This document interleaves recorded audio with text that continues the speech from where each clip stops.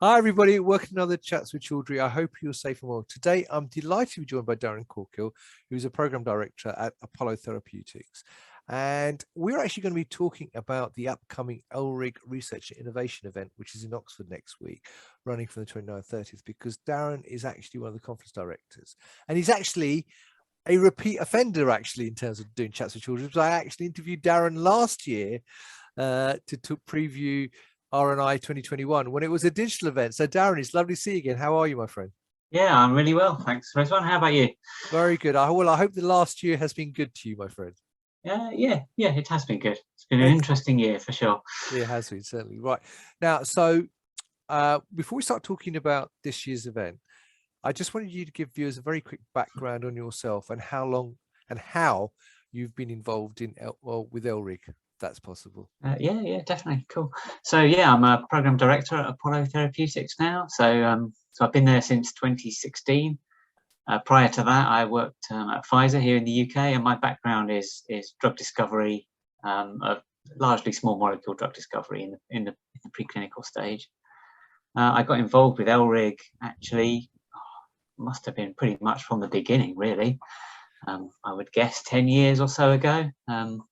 Initially going along as an attendee, and I was asked to give presentations a couple of times, and then ended up chairing some sessions, putting the sessions together, and now here I am organising one of the conferences. So I've kind of done it all really from an ELRIG perspective, from attendee through to organiser. Well, actually, this is quite good though, because as we had a chat last year, obviously last year it was a digital event you organised, and this year it's now, for want of a better word, hybrid, although I know the digital element is sort of released a week or 2 weeks after the live event. How different has it been organising this year's event and getting it organised in terms of content and live program compared to what it was last year with the digital event? Yeah, I don't think it's necessarily, we haven't thought about it differently from a scientific content perspective. I mean, it's been full circle now with research innovation, because the first one I did was a live event in Cambridge, and then the following year we had to cancel because of COVID. But actually, we had a full program in place for that meeting back in 2020, and unfortunately, we were able to roll over most of the content and go digital in 2021. So the sessions actually stayed the same. A lot of the speakers stayed the same. So it was originally organised as a live event, and then we just managed to go virtual. And I think it was really interesting doing a virtual event. I mean, I was surprised how well it worked, I've got to be honest. As somebody listening in to the talks, I sort of doubted that my own concentration levels would be able to stay focused enough to stay online and not get distracted through a digital event. But actually it worked really well. I think the platform was amazing. The organisers did a great job of making the exhibition hall feel like an exhibition hall as much as you can. But of course, we all want to get back to a live event. I mean, that's really why most people go to conferences, isn't it? They want to meet people, they want to chat, they want to just have a few days away from their normal office environment. I mean, or lab environment. I mean, I certainly feel like that. So I can't wait to do a face-to-face event.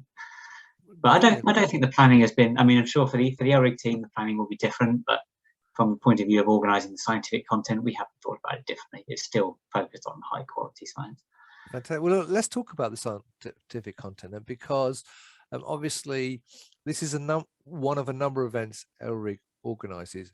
So for those not familiar with the R&I event, can you give us a quick overview of the event itself and what content it's likely to have? Yeah, absolutely. So it's one of ELRIG's bigger recurring meetings. So it's the second biggest meeting in ELRIG's sort of portfolio of meetings. There's two big conferences that ELRIG organise. One is the main drug discovery event, and that really focuses on drug discovery here and now. For research and innovation, we're a little bit more forward-looking, a little bit more, what's on the next horizon of drug discovery. So the focus is a little bit more around emerging technologies, emerging science. Where are the breakthroughs going to come from? Right, and I know you've got 4 streams, haven't you? That's right. Yeah, 4 streams. Yeah. So they go across genome engineering, they go across omics. We've got some different modalities in there, so looking at RNA. So yeah, lots of different tracks. And then I guess one that's a little bit new this year is looking forward to what's drug discovery going to be like in the digital age. What's the lab of the future going to look like? So there'll be some pretty exciting demos of some pretty futuristic technology there. So I think everyone's going to get to have a bit of a play and see what life might be like in the lab in the future, shall we say. Right, whatever that view. Fantastic. Now, I asked this question to the other conference directors this afternoon, so I thought I'll ask you the same question. Let's see if you come up with a different answer. They actually came up with the same answer, so this will be quite interesting. I'll try and be which was, looking ahead to next week's events, are there any particular tracks or talks that you're particularly looking forward to? Will stand out? I'll give two answers, so one of them's got to be different. So I'm particularly looking forward to the keynotes, actually, because I think this year we do have some really high quality, interesting keynotes. Both fantastic, but different topics. So that will be great. Obviously, we've got Rachel Horwitz from Caribou. I mean, that's a fantastic draw, hopefully, for the ELRIG audience. And then AI is obviously a big topic. Jackie Hunter from Benevolent talking. So two ends of the spectrum there, really high quality keynotes. So I'm looking forward to that particularly. But then often what I look for from ELRIG is it's never one topic, actually. I love the fact that you can mix it around. So I always move across the tracks and I have a little bit of everything, and I really like that from ELRIG. Always learn something new by doing that. To be honest, Darren, that is pretty similar to what the other two said, I have to say. Well, I'm sorry. No, that's all good. At least we're well aligned then as conference. You're well aligned, yeah, you're well aligned, and you've all got the same vision, which I'm glad to hear. And you're all very happy with the program you put together, obviously. They all said that it's a great program. Apart from the talks, though, I mean, and as someone who's been with ELRIG for a long time, as you said, what other sort of benefits or what other reasons are there to attend a live ELRIG event like R&I?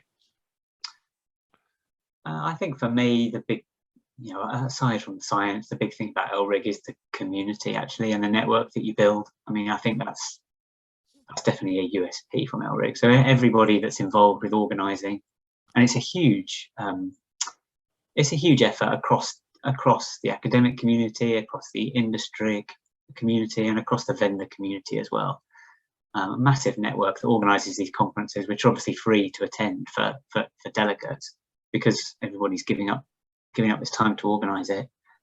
So you tap into a mix of, fantastic mix of different people, and each time you go to an ELRIG event, you meet someone new, but you also meet people you met last time, and it's just, I think that's a really good feel for ELRIG, and of course in our industry, like most industries, that network is something that everybody needs. So I think that's a fantastic piece that ELRIG has, aside from the science that you go for. Brilliant.